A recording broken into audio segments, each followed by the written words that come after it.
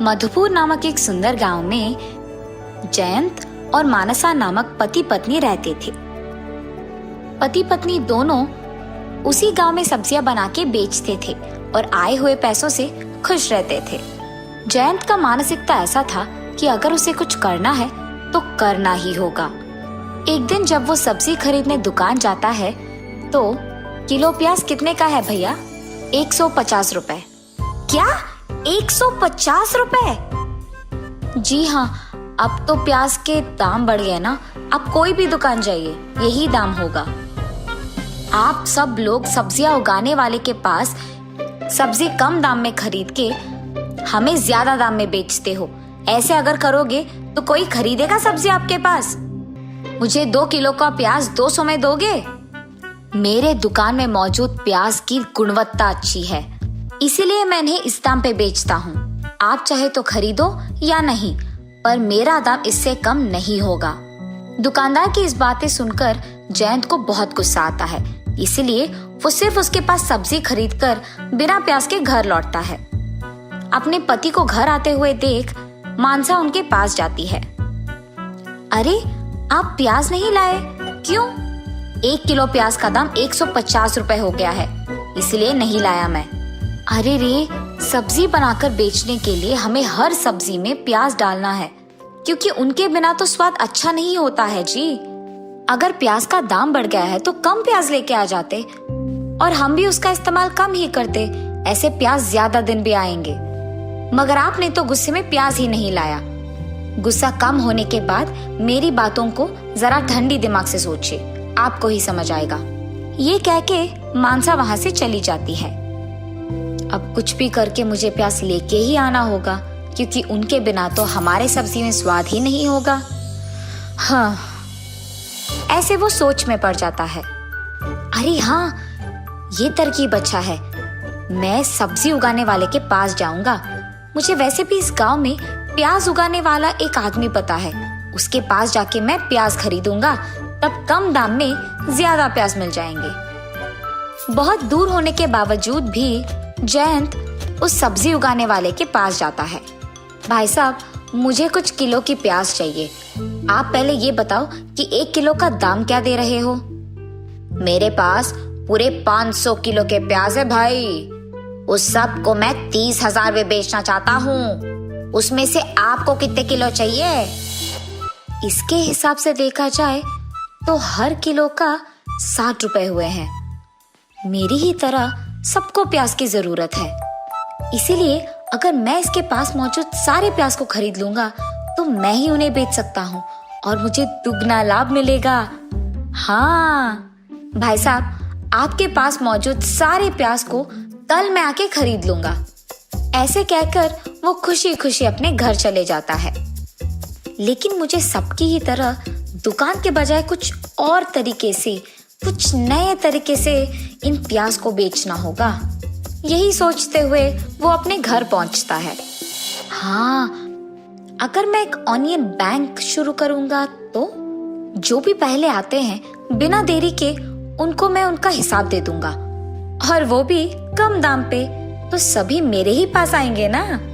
पहले मुझे ये देखना होगा कि मेरे पास बचत के पैसे कितने हैं। ये फैसला करके बहुत साल से बचाते हुए पैसों को गिनने में लग जाता है।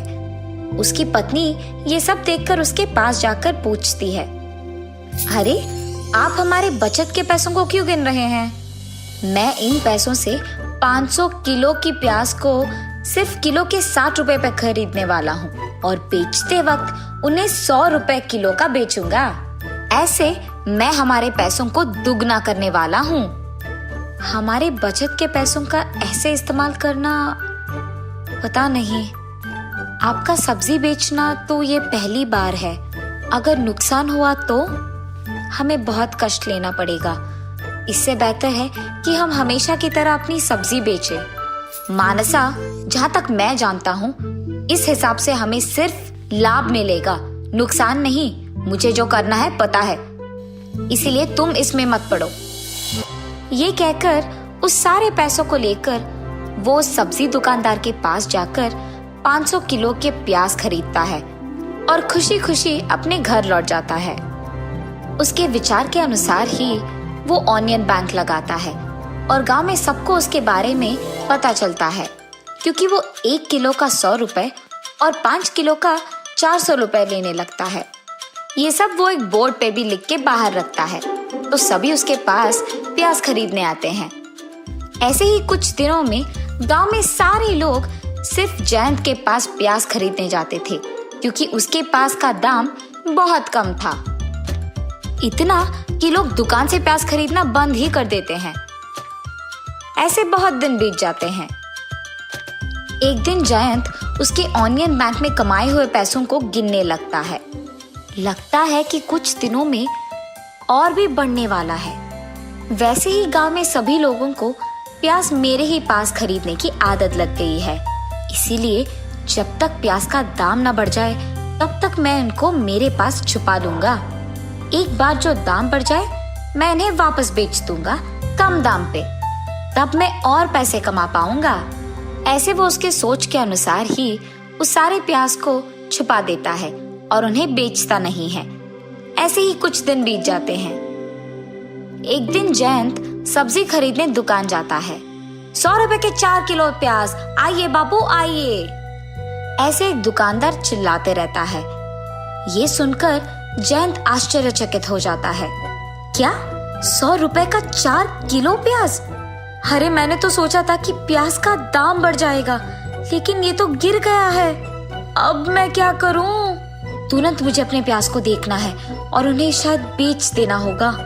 ये सोचकर वो उसके ऑनियन बैंक जाता है। जब खोलकर देखता है तो उसके प्याज सारे ऐसे दिखते हैं कि मानो कुछ दिनों में खराब हो जाएंगे। अब अगर मैं इन प्याज को नहीं बेचूंगा तो कुछ दिनों में ये खराब हो जाएंगे, इसीलिए यही बेहतर है कि मैं इन्हें अभी कम दाम में बेच दूं, क्योंकि बाद में तो इन पे 1 रुपए भी नहीं मिलेगा। और ऐसे वो सारे प्याज को कम दाम में बेचकर निराश होकर अपने घर की ओर बढ़ता है। घर पहुंचने के बाद जब वो आए हुए पैसों की गिनती करता है तो वो बहुत दुखी होता है, क्योंकि अब उसको नुकसान आया है।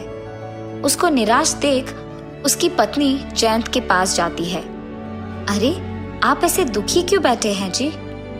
अगर उसी दिन मैं तुम्हारा बात सुना होता था ना मानसा, तो आज हमारे बचत के पैसे ऐसे वृथा नहीं होते और मैं ऐसे दुखी नहीं होता। ये सब मेरे वजह से हुआ।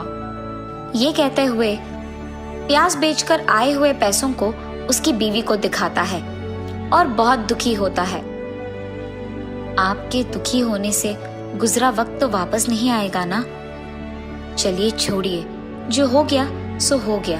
अब तो आप जान चुके हैं ना, आपको आपकी गलती के एहसास हो गया है और वही बहुत है। चलिए हमेशा की तरह हमारी सब्जी का दुकान ही चलाते हैं। आइंदा सोच समझकर फैसला लीजिएगा, ठीक है? ठीक है मानसा, अब से मैं जो भी करूँगा सोच समझकर करूँगा।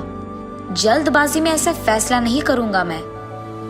तब से पति पत्नी दोनों हमेशा की तरह सब्जी बनाकर उन्हें बेचते हुए और उनके पैसे बचाते हुए खुशी से जीते हैं।